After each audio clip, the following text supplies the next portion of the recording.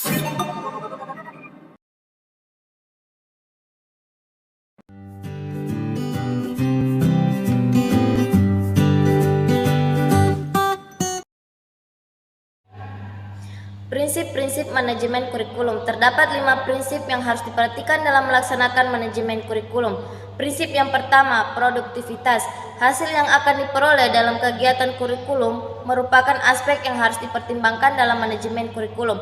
Pertimbangan bagaimana agar peserta didik dapat memperoleh hasil belajar sesuai dengan tujuan kurikulum harus menjadi sasaran dalam melaksanakan manajemen kurikulum. Prinsip yang kedua, demokratisasi. Pelaksanaan manajemen kurikulum harus berasaskan demokrasi yang dapat mengelola pelaksanaan subjek didik pada posisi yang harus dalam melaksanakan tugas dengan penuh tanggung jawab untuk mencapai tujuan kurikulum. Prinsip yang ketiga, kooperatif.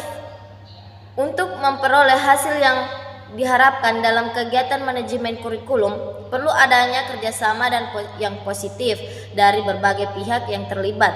Prinsip yang keempat, efektivitas dan efisien. Rangkaian kegiatan manajemen kurikulum harus mempertimbangkan aktivitas dan efektivitas dan efisien untuk mencapai tujuan kurikulum sehingga kegiatan manajemen kurikulum tersebut dapat memberikan hasil yang berguna dengan biaya, tenaga, dan tanggung jawab yang relatif singkat.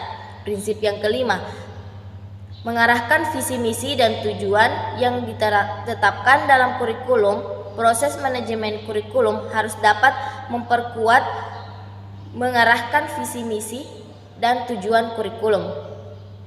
Selain prinsip-prinsip tersebut, perlu dipertimbangkan kebijaksanaan pemerintah maupun Departemen Pendidikan seperti USPN Nomor 20 Tahun 2003, Kurikulum Pola Nasional, Pedoman Penyelenggaraan Program Kebijaksanaan Penerapan Manajemen Berbasis Sekolah, Kebijaksanaan Penerapan Kurikulum Tingkat Satuan Pendidikan, Keputusan dan Peraturan Pemerintah berhubungan dengan lembaga pendidikan atau jenjang maupun jenis sekolah yang bersangkutan.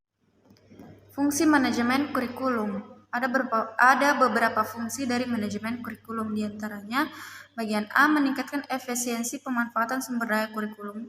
Pemberdayaan sumber maupun komponen kurikulum dapat ditingkatkan melalui pengelolaan yang terencana dan efektif. Bagian B, meningkatkan keadilan dan kesempatan pada siswa untuk mencapai hasil yang maksimal. Kemampuan yang maksimal dapat dicapai peserta didik tidak hanya melalui kegiatan intrakurikuler, tetapi juga perlu melalui kegiatan ekstra dan kurikuler.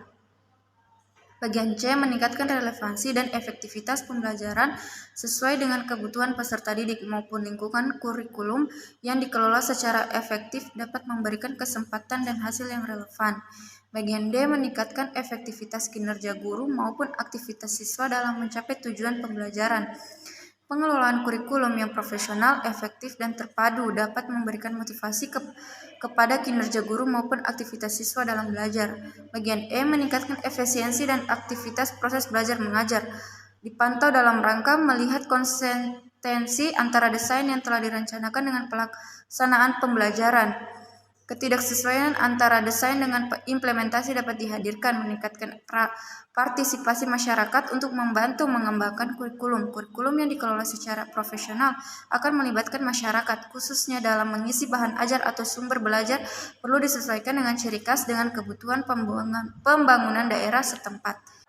Tujuan manajemen kurikulum. Manajemen kurikulum dan pembelajaran bertujuan untuk pencapaian pengajaran dengan menitik beratkan pada meningkatkan kualitas interaksi belajar mengajar, mengembangkan sumber daya manusia dengan mengacu pada pendayagunaan seoptimal mungkin, pencapaian visi dan misi pendidikan nasional, meningkatkan kualitas belajar mengajar di suatu pendidikan tertentu.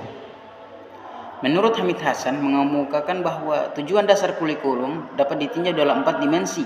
Yang pertama, kurikulum sebagai suatu ide adalah kurikulum yang menghasilkan melalui teori dan penelitian, khususnya dalam bidang kurikulum dan pendidikan. Yang kedua, kurikulum sebagai suatu rencana tertulis adalah sebagai perwujudan dari kurikulum sebagai suatu ide yang diwujudkan dalam bentuk dokumen. yang di dalamnya memuat tentang tujuan, bahan, kegiatan, alat-alat, dan waktu. Yang ketiga, kurikulum sebagai suatu kegiatan merupakan pelaksanaan dari kurikulum sebagai suatu rencana tertulis dan dilakukan dalam bentuk praktek pembelajaran.